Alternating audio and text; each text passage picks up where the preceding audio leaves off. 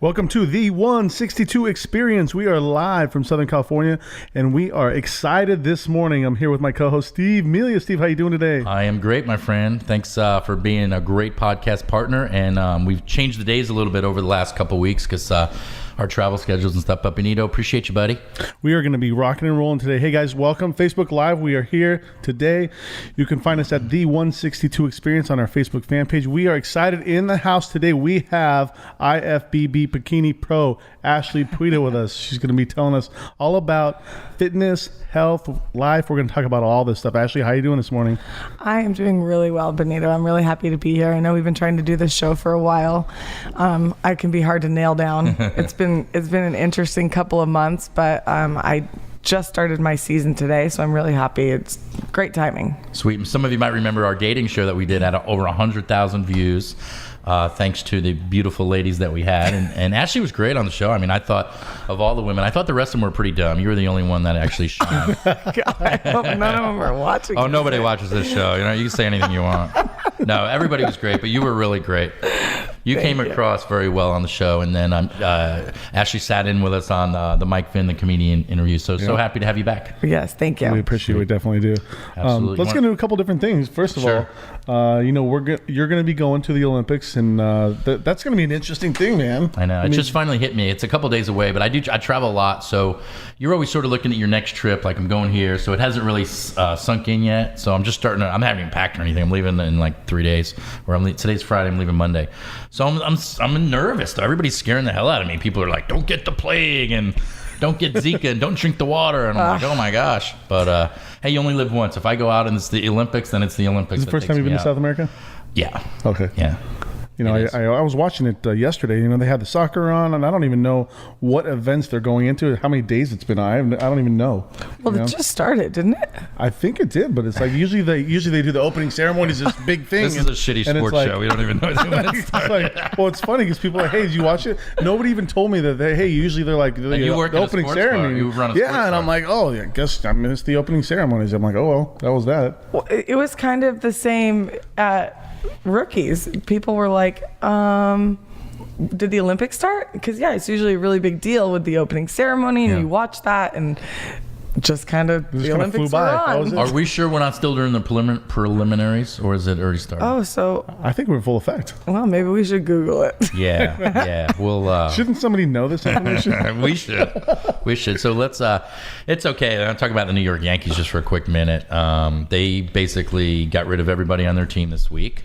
Fire sale, huh? It was horrible. I mean, we lost Chapman, who's throwing 104, 105. Andrew Miller, who's the best reliever in baseball. Got rid of Carlos Beltran, one of the 3 All-Stars. Miller was the other one. And then Ivan Nova, got rid of him. So it's we're in rebuilding phase. And the funny thing is, just last week I bought 100 tickets to the Yankees-Angels game, and now everybody's asking for their money back. No, they're not really. But for those that are interested, my new book came out, The Last 42, and one of the ways that I do promote this, I have rock star parties, or I call it the rock star package, where I put together a book, a ticket to the game, and we pick a bar, we do a pregame party. So I have 3 coming up. I have one in Toronto where we've already sold out of 100 tickets, which is awesome. One in Anaheim, which I've got about 30 tickets left, which Benito is excited about because he's an Angels fan. And then 100 tickets. And then we are doing 42 tickets in Seattle because of the last 42. That's sort of where we start. So I got 3 of those coming up. If you're in any of those markets and you want to hang out with the 162 guy, you have the ability to do that. Get an autographed copy, a ticket to the game, anywhere from about 30 or 40 bucks, just depending on which game it is. You can go to I don't know where you can go to get information on it, but I don't have a website. Call me if you know my number, or text me. Shoot us a message right here. You're watching this. If for all the 14 people that have heard of our show before, make sure you send them a message. She'll tell you what's going on with it. Yeah. You know, I think that's really awesome, bro. You start to do tours in cities and just showing people. It's not all about the baseball and stuff, because people are just coming out for an experience. People want to sit with 100 other fans and learn about what's going on with the sports and with your book and telling people the story. It's freaking awesome. I love it. They say it's our 18th show, and almost every speaker or person that we interview says, hey, you got to really do what you love. And I'm sure Ashley's probably going to have an element of that today too. And I love going to baseball games. I love the Yankees. That's what I do. So I figured, if I could figure out a way, which I'm still trying to make money and live my Yankee lifestyle. It's just a lot of fun. So thanks. Yeah, it's great. And books are selling out. That's actually my last copy for my first shipment. I got 1,000 more coming in today, and I'm getting orders every day online. And what's happening is my first book, 162, sales have skyrocketed again because people are bundling them, and people are like, hey, do I need to read the first book? I was like, oh, you definitely definitely buy the bundle package. And the reality is you don't have to, but it's what I love about my books is it's my, like, if you read it, it's my voice. It's who I am throughout the book. So I got a text yesterday from a guy, big baseball Yankee fan in New York, and he's like, can't put your book down. And to me, that's the biggest compliment that anybody could ever give you, is especially guys. Guys don't tend to read as much as women. And so when a guy says, man, I read your book cover to cover, it's just the biggest compliment. So if you got my book, read it and then let me know what you think. So real quick, just so the people who are watching, and I was actually having a conversation yesterday with some Yankees fans, the last 42, like, explain what that is. Explain what the 42 is with Mariano Rivera and all that stuff. Sure. And I'll take it back just another, sure. If you would. 162 is how many games are in a year. And in 2011, I did a whole season with the Yankees, for the most part, just see what it would be like and the fun of it. And so my first book was 162. And then the last 42 goes back to Jackie Robinson. In the mid-90s, they retired Jackie Robinson's number. There was a movie called 42.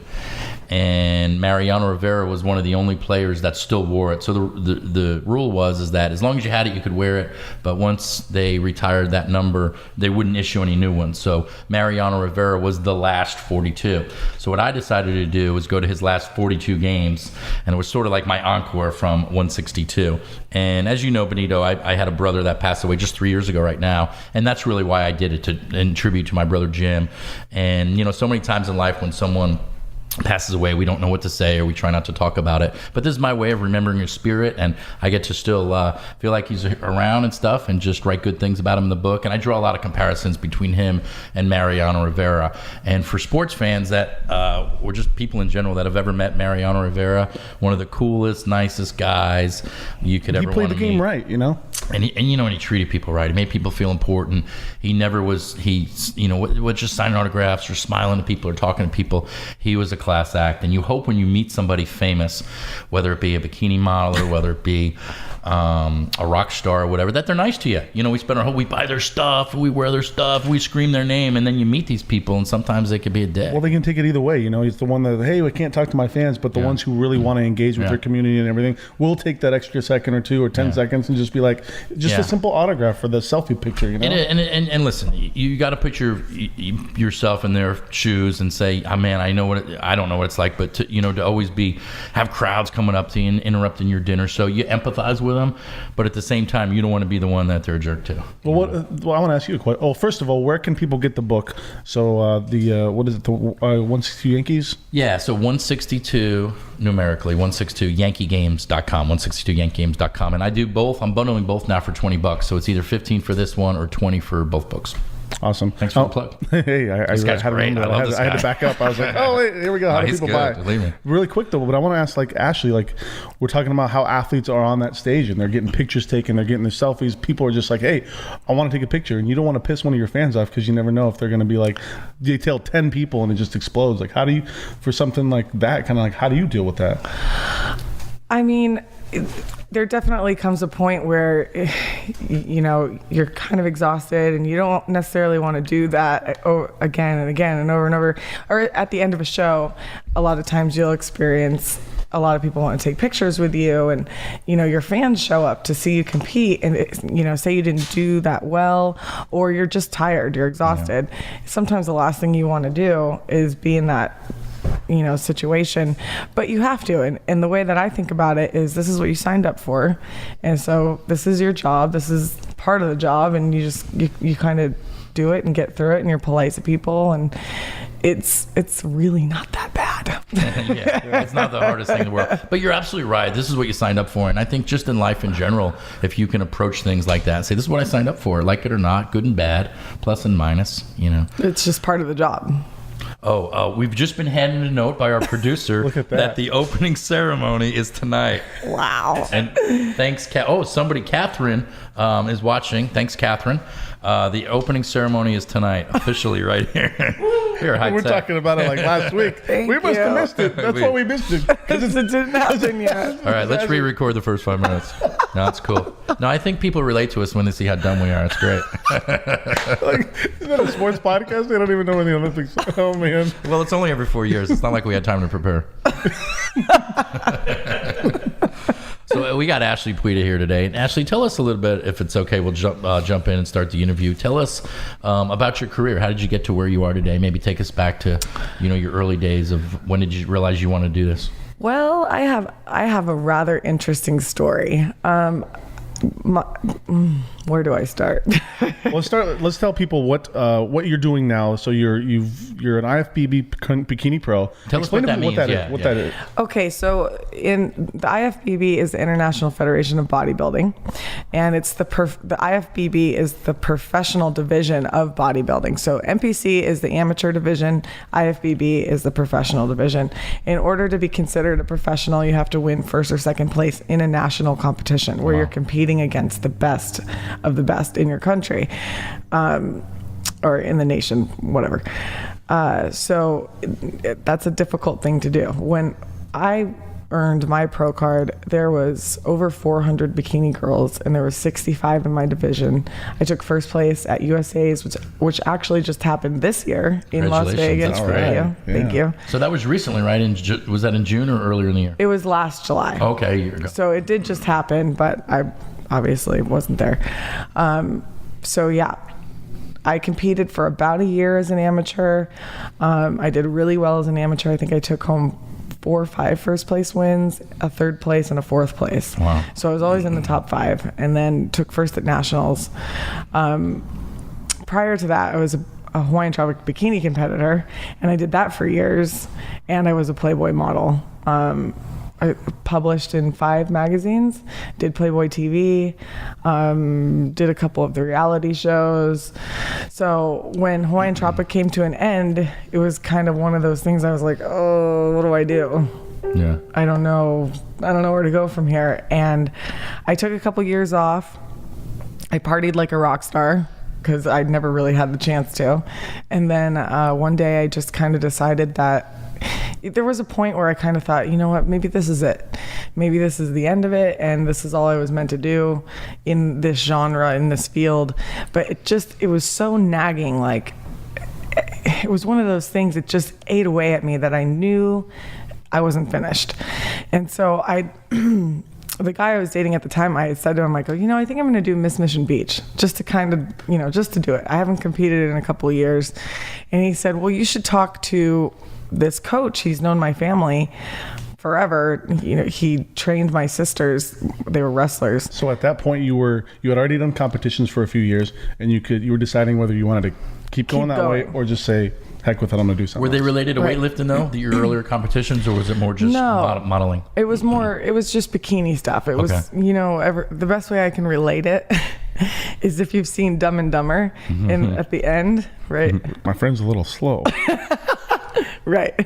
The town is that way. That's what we did. We traveled around and did bikini shows. Who did the oiling on that? Was you guys, because that's the whole thing, was when the guys were like, hey, you know what? We need somebody to oil us up. Yeah, that's the big fantasy. We oiled ourselves up. That's it. It's a show. I just love the smell of Hawaiian Tropic, honestly. I mean, I can smell it right now. Anyway, I'll keep that to myself. Oh, you do. I thought it was my vivid imagination. Anyway, I'm going to keep quiet over here. You keep going. Yeah, I mean, it was a fun lifestyle, and some of those women, actually most of them, I'm still friends with today. I've been to their baby showers, I've been to their weddings, so I made lifelong friends doing Hawaiian Tropic, and it was really sad when it ended. One of the best times, we got a contract with Sturgis at the Buffalo Chip. I don't know if you know anything about Sturgis. A little bit. I've seen the show. So Throttle. Yeah. Uh-huh. So before the show, before the reality TV shows and all that, we would do bikini contests in between sets.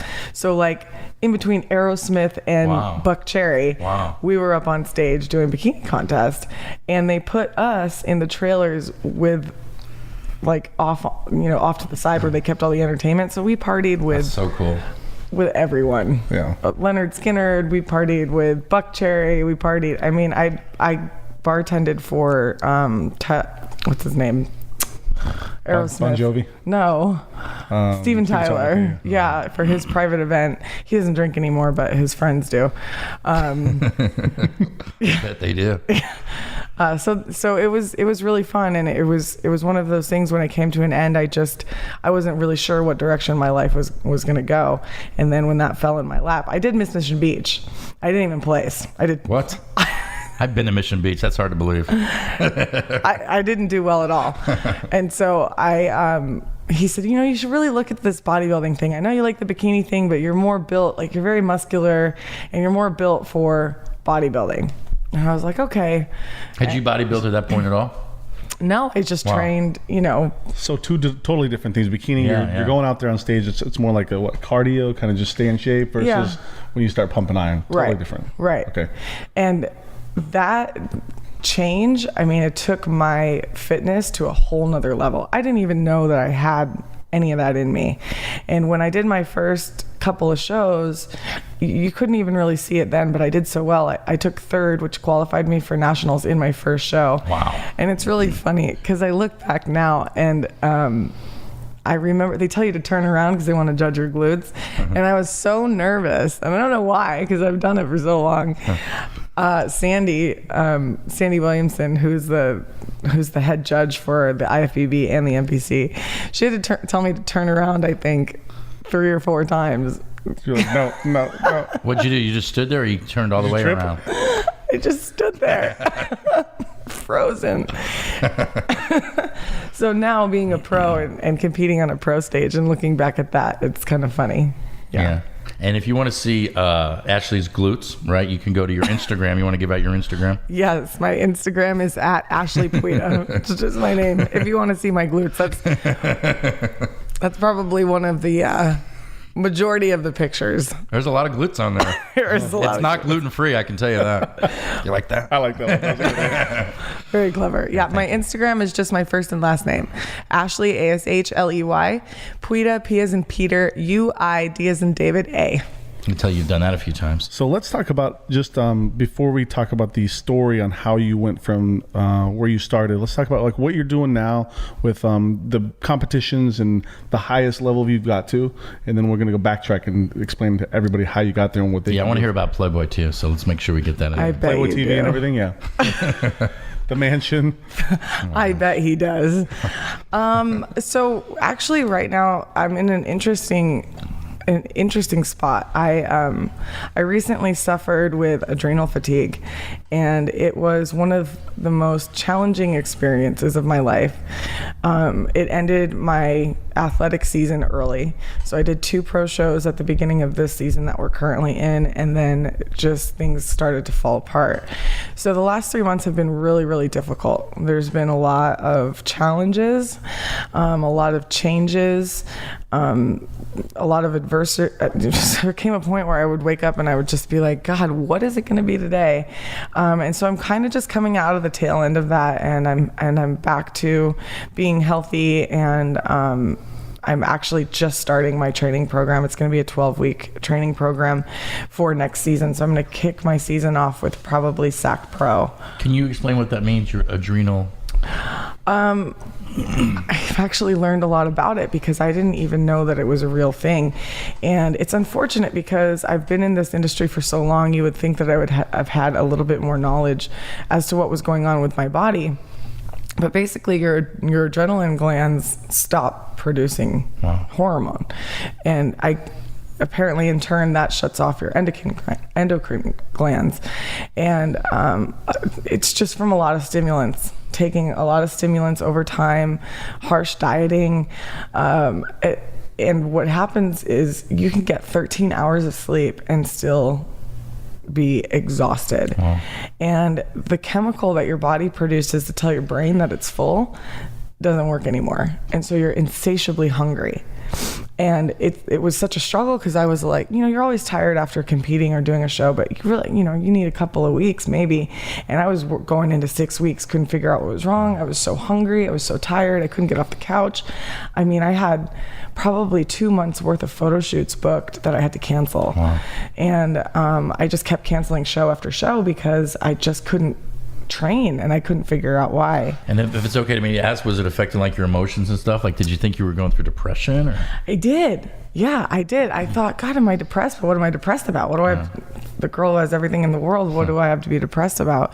And that it's kind of funny because of that I became depressed. Yeah, sure. Because I couldn't figure out what was wrong. So I started Googling the symptoms, and I started talking to other bodybuilders, pro bodybuilders that are friends of mine, and asking a lot of questions because I really wanted the solution. And everything was pointing back to adrenal fatigue. And I thought, adrenal fatigue? Huh. Come on, give me a break. This sounds like a fantasy. But the more I researched it, the more I knew that that's what was going on.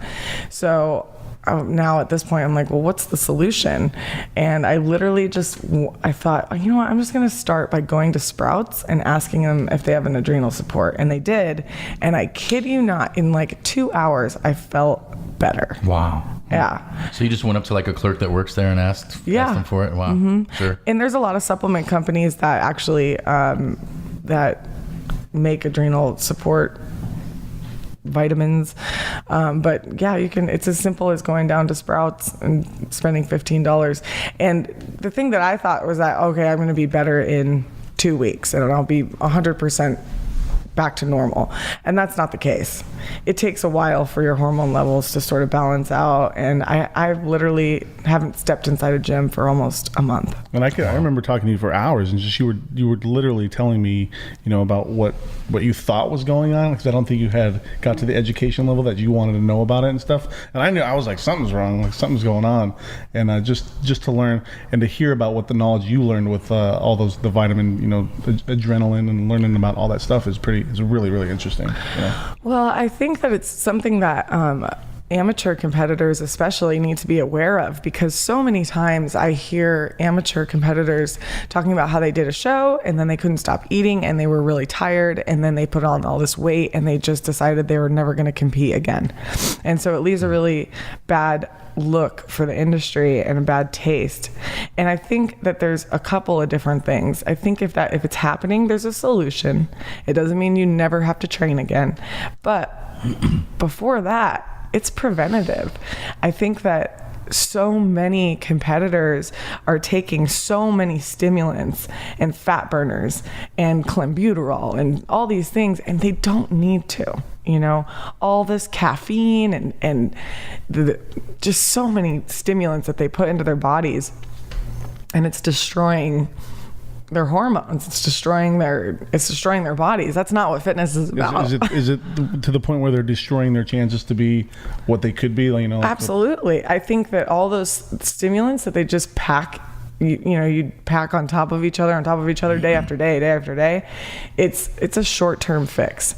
I mean, diet and exercise and, your BCAAs and protein, but you don't need all these fat burners and things like that. It's just a temporary fix. And in the long run, it's going to be detrimental. So you said that, I want to ask you a question because I want to kind of get back to what Steve was talking about. This is funny. When you were doing, Hawaiian Tropic, when you were doing the Playboy stuff, were there a lot of those girls that actually said, hey, you know what, I now want to transition into, bikini and bodybuilding and stuff, or was it just, are you the only one pretty much? No, a couple of my girlfriends, Evina Luna actually competed with me at Hawaiian Tropic, and she made the switch and competes in the NPC now, and she actually competed with me at USA's. So I don't think it's uncommon, but because it's two completely different body types, it's not as common. Can I ask you a question? During these competitions, is it all about weight and what you're lifting, or is it how you look? What are the factors that things are judged on? If I could figure it out, I'd let you know. Bikini is a fairly new category, and they've kind of been trying to figure out exactly what it is that they're judging in the bikini category. It's really proportioned.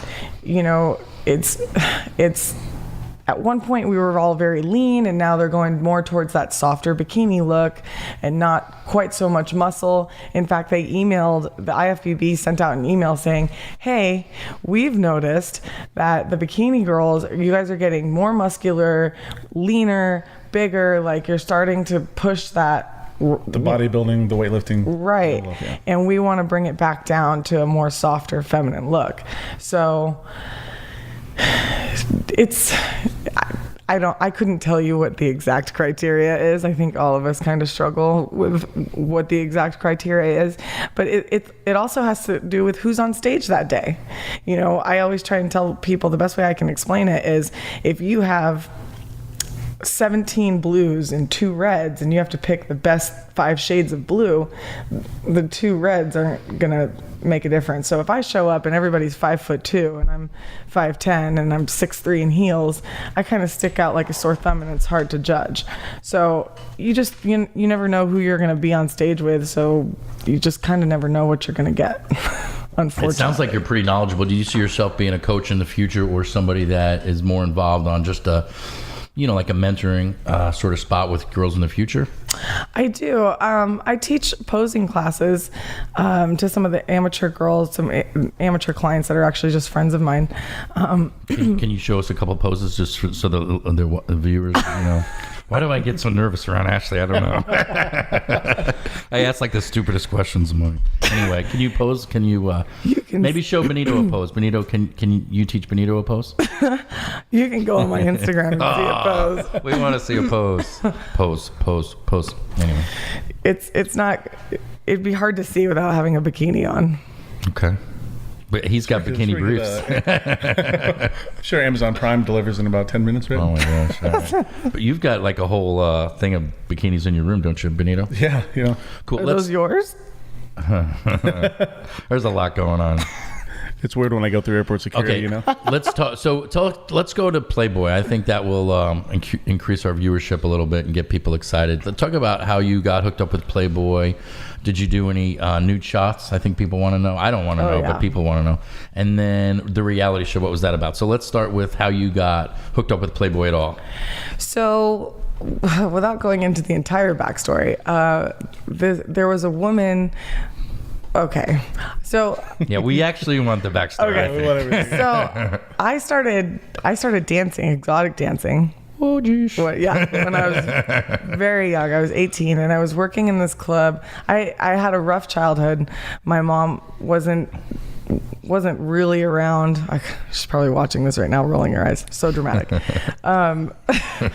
Anyway, moving forward. No, this is the good stuff. Yeah. Believe me, this is what people want to know. And so I did what I needed to do to take care of myself, and I just ended up in that situation. And I was working at a club in northern Florida. This hole in the wall. Ugh. That's like the worst place to work in a club. Yeah. And I've some of those places. Yeah. I mean, I've heard about it. Yeah. Anyway. Oh yeah. I mean, you've just heard it, right? You've heard about it. I lived in Florida, so. Whereabouts? The East Coast, Vero Beach, Sebastian area. Okay. That's where I grew up. I was over in Tampa. Oh, okay. Yeah. Oh, there's a club right by Spring Hill Suites. Do you know where that is? Anyway, it's by the airport. In Tampa? Yeah. Oh. It's actually in my book. There's a story about a club I visited. What they do is if you show a game ticket, they let you get a free drink. So I'm very cheap. I can't pass up a good deal. So. That's why you went for the free drink. Yeah. Just like people go to Cheetah's for the free cheeseburgers. They have free cheeseburgers there? I didn't know that. Lunchtime. Yeah. I'd probably be hungry in a couple hours. Yeah. Okay, let's go back to North Florida. So do you remember the first time you got on stage? I do. It was actually a bikini bar. Was the first. Where was that? I don't remember. I was in Newport Richie, but the first place that But people are old there too, right? I'm telling you, it was a dive. It's called Club 54. That's because that's how old the people are there. They're 54. The dancers are 54. I'm sorry. Yeah. Exactly. Yeah, I was very awkward, and I was there for, I don't know, maybe a few months. I don't remember. And this woman, Dottie Biddle, I caught her eye, and she kind of observed me for a few weeks, and then she introduced herself, and she kind of like took me under her wing, and she had moved there. Her family was there, but she had moved there from San Diego. And so she she said, why don't you come move in with me? And, of course I didn't trust anyone because I'd had a rough childhood and I didn't trust anyone. I said, no. And then one day I was in a situation where I had to get out of where I was living. And I called her and I said, I need you to come pick me up. And she goes, put your stuff in black trash bags. I'm on my way. And I was like, my stuff is in black trash bags. I'm standing on the front yard. She goes, sounds like they're about to kill somebody. The house is burning down. I'm ready right now. Oh my gosh. She goes, okay, I'm on my way. So she came and picked me up. She brought me to her beautiful house. It was right, how they have all the, what are those? The waterways. Mm-hmm.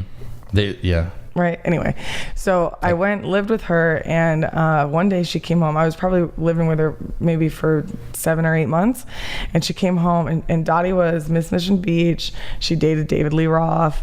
She was Hawaiian Tropic. She was a Playboy model. She partied at the mansion. She was Miss San Diego. You see where this is going. And so I remember the 6 months that I lived with her, she taught me how to put makeup on, and she had me walking up and down the sidewalk in high heels and taught me how to pivot in heels. And, she put me into a couple of photo shoots and stuck me in a couple of beauty pageants. Keep in mind, I'm only 18, And so 6 months into it, she comes home and she goes, pack your stuff. I said, where are we going? She goes, pack your stuff. We're leaving tonight. Oh my gosh. And I was black trash bags? Yeah, black trash bags again. So we drove to San Diego that night at 7:00. Whoa. Yeah. Florida. From Florida. Mm-hmm. And Chuck was her friend who's just best friends with Larry Flint and Harry Mahoney, who owned Dream Girls, and Hustler. And Chuck is their attorney and lifelong friend, and is like an uncle to Dottie. And so we move in with Chuck. Chuck is also great friends with Max Baer. You guys know who Max Baer is? The boxer? Well, his father was the boxer. He was Jethro from Beverly Hillbillies. Whoa. And his father was this heavyweight boxer who killed multiple people in like the 1940s or something like that. Anyway, so I ended up... It's a mafia connection. Right? Yeah, I ended up like meeting all these men, and they became a part of my life. And so I started dancing at Cheetahs, and then Dottie... probably maybe 6 months after I turned 18, marched me into Playboy Studio West in Santa Monica. And they did a test shoot right there with Polaroids. Back then it was Polaroids. I don't even think they'd use Polaroids anymore. And there's people that don't even know what a Polaroid is. I do. What? The secretary came back in and she said, we want to test shoot you for the magazine tomorrow. Can you be back here tomorrow? And so Dottie was like, yeah, absolutely. And so we came back, and I shot with, what is his name? He only shoots the Playmates. He's one of the iconic photographers, and I can't remember his name because it's been too long. Anyway, I shot with him, Arnie Freitag. Arnie Freitag. And those photos were published online first, and then they called me and said, hey, we picked you to be one of the 50th anniversary Playmate contestants. We're going to put you in the 50th anniversary special edition. And how did that feel at that point? I mean, is it like, are you jacked out of your head? Are you like nervous? What are you going through?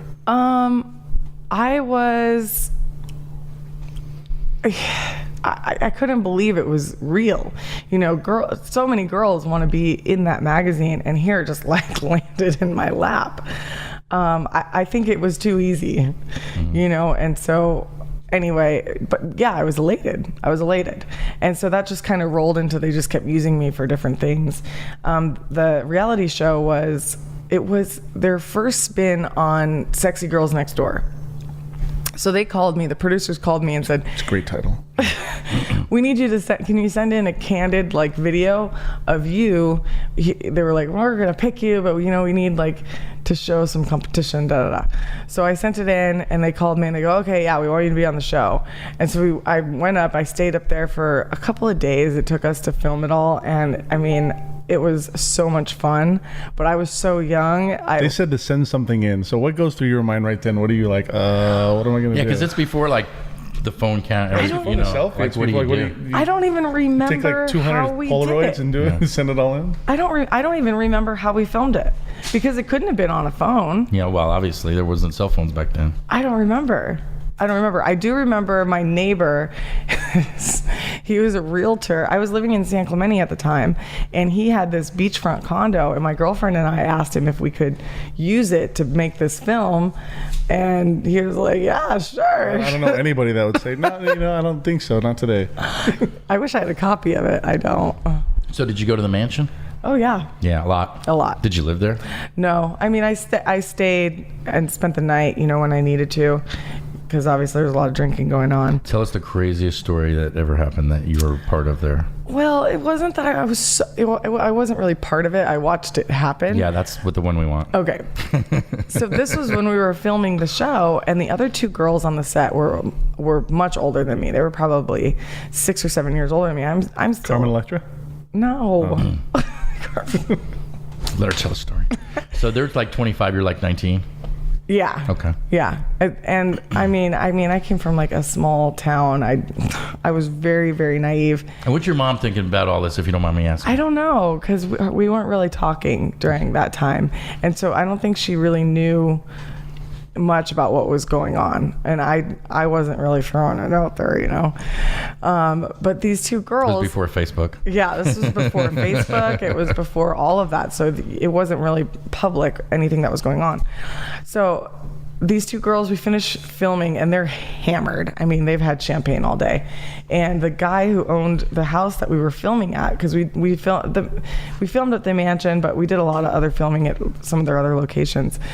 He gets butt naked in the bathroom while I'm I'm in the bathroom and these girls are running around naked and they're hammered, and he just gets naked and they're all going to the bedroom, and he like pokes his head in the bathroom and goes, hey, you want to join us? And I'm all, no, no thanks. So I'm in the house waiting because we're supposed to go to this after party for the show because we had finished filming the show. And man, it sounded like, I can't even describe what it sounded like in that bedroom for an hour while I waited for them to finish up whatever they were doing. Do your best.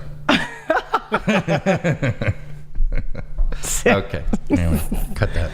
So yeah, stuff like that all the time. But so that's true. I mean, that's what it was like. It was just like Porno Central, or? Oh, I wouldn't say Porno Central, but it's crazy. Yeah. There's a lot of crazy stuff going on. So it's a party. Who was the biggest, I guess, celebrity that you met there or saw? You were like, oh, in shock.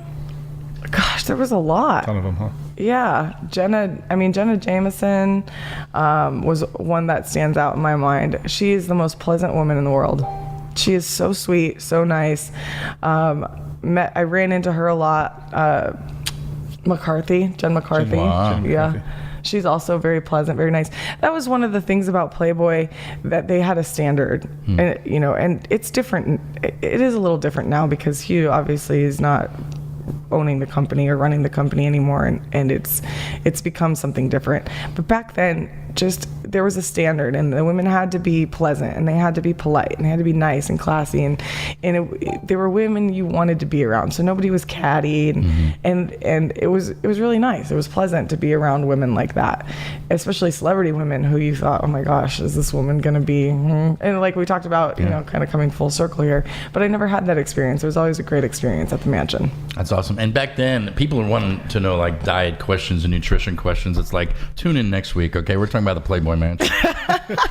But back then, I guess when you're that young and your metabolism is rocking, were you that concerned with like what you're eating and your exercise and back then? It's funny you should ask that because I think about that a lot, and because this world that I'm in now with IFBB is so much different than being a Playboy bikini model.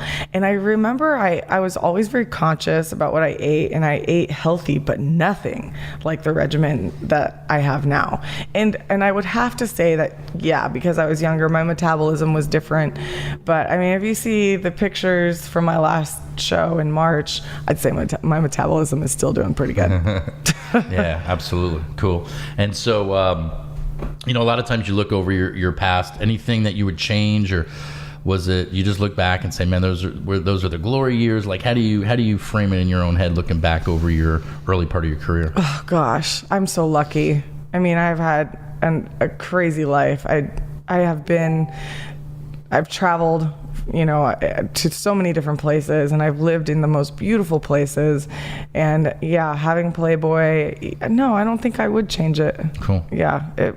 So that aspiring, I guess you could say almost guy or, woman that is starting out their career, bodybuilding, or, if it's a fitness thing, bikini, what's some advice you would tell them, or what, how did you start? How did you go from one level to just where you just started to the next level, I competing? Just never quit. Even now being in this state, dealing with the adrenal fatigue, that was so hard. I mean, and there were moments where I just thought, maybe I just can't do this anymore. And you look at other people who are ahead of you, and you aspire to do that, and you just can't quit, and it is tiring. And there are moments where you're thinking, ugh, I don't want to do it.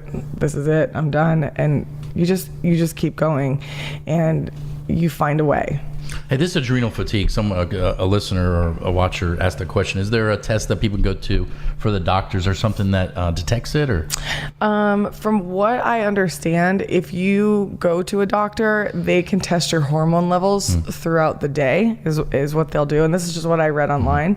And they'll be able to tell you, if your hormone levels are low or not, or unstable. But honestly, if you're having those symptoms, it's not going to hurt to just go get a holistic pill supplement. Yeah. I think it's like adrenal support, and you can get it at Sprouts or go on Amazon. I buy it on Amazon, and it's just one of those things you got to start supplementing it with the rest of your vitamins. Sure. If it's okay, I want to ask you another question about like self-image and body image. I know that, as a girl, I'm not a girl, obviously. Benito's not a girl, but you're a woman. You make me nervous. I don't know what's going on here. But as somebody's approaching their late teens, especially like at college, you see a lot of women just have issues, whether it's bulimia or all these different things. Did you experience like body image, self-image kind of things, or yourself? I think most recently I did, because the thing about adrenal fatigue is that you start to just gain weight. I mean, I put on a good 15, 20 pounds. Wow. And so that was a struggle, because honestly, you have to start learning to look at yourself like, I can't always be lean like that all the time, 100% of the time. It's just not natural. But you get so addicted to it. It's learning to love your body at every stage that you're in. And that's why I took so much time off, because I needed to get right up here and healthy physically, mentally, emotionally, and learning to love myself no matter what. No matter if I'm in my peak condition, ready to walk on stage, or if I'm loving life a little bit and relaxing and having fun and just being normal. And a lot of it's not, what I'm hearing from you, it's not just hitting the gym and the diet right, but it's your mindset. Absolutely. Yeah, absolutely. You have to learn to take care of yourself. You can't just constantly be grinding. For a lot of competitors, I know that a lot of people have hit that point where they're just exhausted, and you've got to take breaks. And if you need them, maybe you don't, I don't know, but I needed it. And so again, like you said, learning to love myself no matter what stage my body's in was definitely a struggle, but I learned to, No, it was, we kid around about the beginning of the show, but I really think that you're just, you're so self-confident, and you're just a pleasure to be around. Thank you. Absolutely. And hey, take us through your daily regimen now. If you're in full out blown training, from two different ways. What's your exercise regimen look like? And then like what's your daily nutrition look like? What are you eating? Well, right now you kind of slowly wean yourself off the sugars. Like, so right now there's still some fruit in my diet. And then as time goes on, we'll slowly pull the fruit away, and slowly pull the carbs back. But this is over 12 weeks. So it's a real slow process. And that's really nice. Like right now I'm only doing 35 minutes of cardio. By the end of the 12 weeks, I'll be doing an hour and a half of cardio. Wow. So, but again, over 12 weeks, it's gradual. And how hardcore is it? Is it running, or is it the elliptical at a high resistance? Back to glutes. You want to have nice full glutes. So running, if you ever notice runners, they have very lean legs, very lean glutes. So we stay away from running because we want to keep fullness in the legs. So I do, and gosh, my knees just aren't what they used to be. So I do incline treadmill, like at 4.2, at 15 to 23% incline. But that's great too. So people who are, who have leg problems or knee problems, just like you said, what else besides, you were talking about the treadmill a little bit, and what else can they do if they want to get that hardcore exercise in, but they can't go jogging? Yeah, I would say incline treadmill. I do 15 to 23% incline at 4.2. So you're not running. It's a more of a fast-paced walk, but the incline is really what burns the calories. I say Stairmaster too, but that again, if I'm only doing 35 minutes, I'm okay on the Stairmaster. But if I have to do an hour and a half of cardio in the day, then I just stay on the treadmill because the Stairmaster hurts my knees. What do you think about elliptical? Is that pretty good too? Yeah, elliptical is good. I don't like it, but because I don't know the movement. I've been doing this thing where I go at the 10 intensity, and I do that for a minute, and then I go to the 20 intensity and back to the 10 and the 20 and 10 and the 20 for like 10 minutes. Right, intervals. Yeah, intervals. Is that what it's called? Intervals are good. Well, my trainer, I got a personal trainer. I know people have probably noticed I've been bulking up a little bit over the last few shows. I actually just got a black shirt. It's an extra small, so it makes me look bigger. You look great, man. Well, thank those you. guns coming out, Well, I appreciate it. Ashley Puida here on the 162 Experience. What's next for you? What's your next big goal? So I'm really excited about my upcoming season. I train my coach is Kim Odo with Odo's Angels, and I'm also sponsored by Sheer Strength Labs. I'm extraordinarily excited about this season, and I'm so grateful for my coach and my sponsors, my manager, Real David Art, who have been so patient with me while I've gotten through this the last 3 months. But the next show will be SAC Pro, which is a big show. We might do one little show before that just to kind of get my feet back on stage. And then SAC Pro is November 4th. And I plan to just come into this season full force, hardcore, and qualify for Olympia and compete in the 2017 Olympia. Really? Yeah. That's on fire right there. Yeah, that's awesome. That's really cool. That was really there wasn't really a main goal when I started this. I remember qualifying for nationals and going, oh, well, maybe I'll do another show. And I took first place. And then I remember the interview, Spectrum Fitness interviewed me, and they were like, well, what do you think you want to do now? And I was like, you know what? I think I'll get my pro card. And I was determined. I was obsessed with getting my pro card. Take us into that mindset of the pro card and getting it. So there was a point where you were like, can I or should I? And then you were just like 100%. I will never forget where I was. I was at Costco. I was shopping. And I had just won first place. I can't remember what show it was, but I had won first. And my hands were shaking. I was so excited. I called my coach and I was on the phone with him and I said, I want to get my pro card. Like whatever I have to do, I'll do whatever you tell me to do. I'll do whatever it takes. And why is that?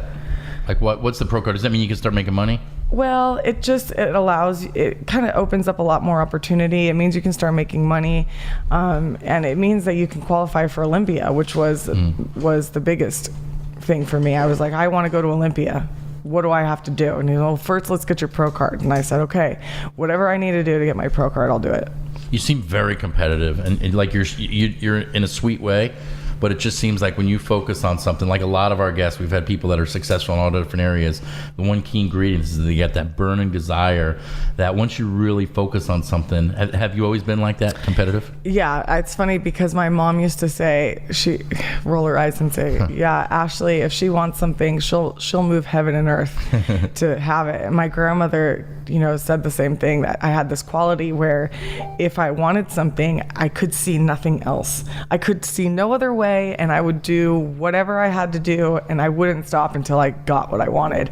And I mean, it's almost to a fault sometimes, but yeah, the thing is if I don't want it, then I won't really work for it. But if I want something bad enough, I just become obsessed. And that's what happened with the pro card. And it worked out. So absolutely. If I'm going to back up a little bit, how do you make money doing what you do, if you don't mind me asking? There's a lot of different ways. I mean, I think coaching is a way that people make money. Obviously, winning shows. So there's big payout. There's payouts. There's not big, but there's payouts. Sponsorships is where a lot of the money comes from, but it's not like it used to be. Back when the sport first started, athletes were paid quite a bit of money, and now there's just the market is saturated with people. So people, you can do a lot of coaching. Now you're doing your prep for the show that's coming up in the next 12 weeks, you said? Yes. So are you available for coaching till then, or are you just solely focused on you right now? Right now, solely focused on me. It's once I stop competing, I'll take on a lot more clients coaching. There's something, you just can't do both. Exactly. Because it's such a selfish sport. You spend so much time focusing on the perfection of yourself. You have to take as much time as you can. It's hard to give that same amount of time back to somebody who's getting ready for a show. It takes so much commitment and time and focus and energy and resources too, that I would imagine that for a lot of people it's tough. I'm sure their family gives them a hard time, or especially if somebody that's, and they're married and they're starting a family. I would imagine that it's, just dealing with those other relationships and having them understand why you're doing this and what you want to get out of it can be difficult. It is very difficult. My last relationship, it definitely took a toll on it because it was, again, my obsession. And so that is what all my time, all my resources, everything went into this obsession. And yeah, it's taxing on the other relationships in your life because of the amount of resources and time that it takes. It just takes away from everything else. So it's hard to find people who want to be around you. And I guess the question with anything, is it worth it? Are you glad you're doing it? It's funny we should touch on this because the last time when I was here on the dating show, I was single. I'm not single anymore. Boo. We just lost half our viewers. The audience just went away right now. Click. I'm seeing, so it's fairly new. But that was, he met me in a time where I was in an off season. And where'd you guys meet, if you don't mind me asking? We met at work where I bartend. Okay. So he bartends. A customer or another bartender? No, another bartender. Okay. Florent, Florent downtown, they recently opened their nightclub underneath. Well, it's a lounge. And it's called Foundation, and they asked me to come on board and work Friday and Saturday nights downstairs. So I am. It's a fun place. It's kind of eclectic and weird. I'll be there tonight. What time do they open? Do you work tonight? I do work tonight. Oh, yeah. Give me a free drink. Just kidding. If Mark is watching this, no.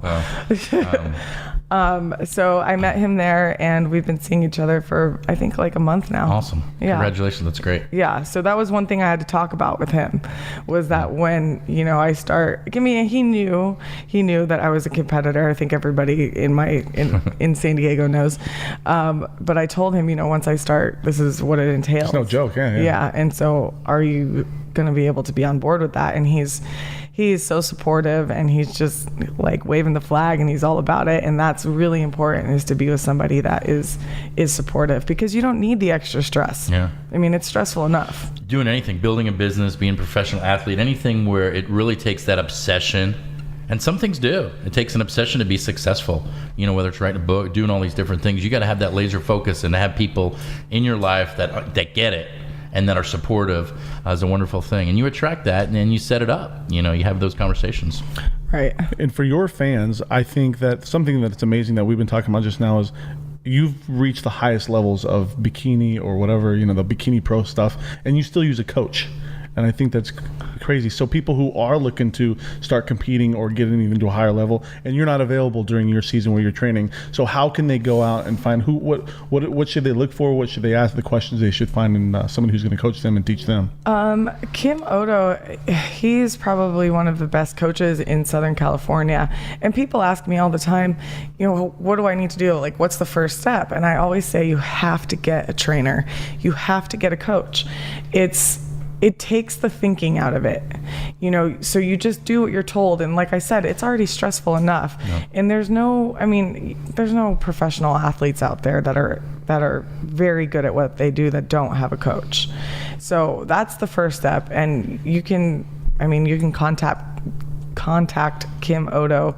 If you DM me on my Instagram, I can send you his contact information, or you can just Google Kim Odo and his website comes up. Awesome. What's your favorite social media platform? Instagram. Yeah. You got how many followers now? 42.1 thousand. You were only at 40 last time you were here. And the little bump from the 162 experience, huh? I think so. I know I subscribed. There's one. Thank you.